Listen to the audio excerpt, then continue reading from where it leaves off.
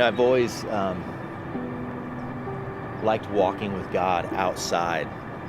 I just feel like I connect with God better in nature than I do, being inside somewhere. So I like to get out, and I've always walked in the hills. In the last year or so, I've been walking on this Patriot Trail. Every time I'd come up here, I would just feel like, man, this is amazing. God, why don't I do this more often? And then one day I felt like God said, yeah, why don't you? So I decided to start coming up every day and praying, especially in this season where we've been praying for a new facility and trying to figure out where we're going to be. I felt like I needed to pray, and I love the perspective that I can get from up on top of this hill. So it's a great place for me to come and pray, not just for my own walk with God, but I pray on behalf of the church, and I'm praying on behalf of all these cities. I feel like God's given me just a perspective on what His heart is for this whole area.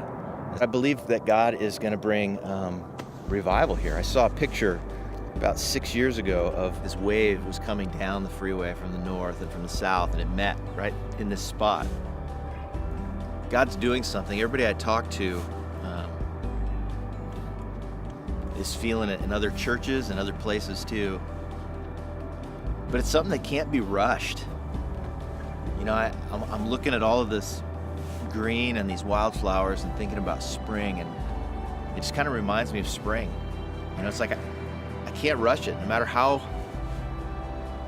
much I want it to come. It just comes in its time, and God has been watering, and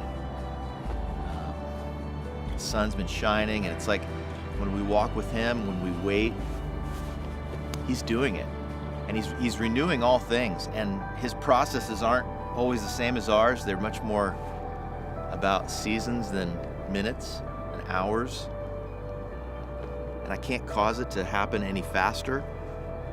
I can just enjoy it and watch it and talk about it and walk with people in it and just watch what God's doing.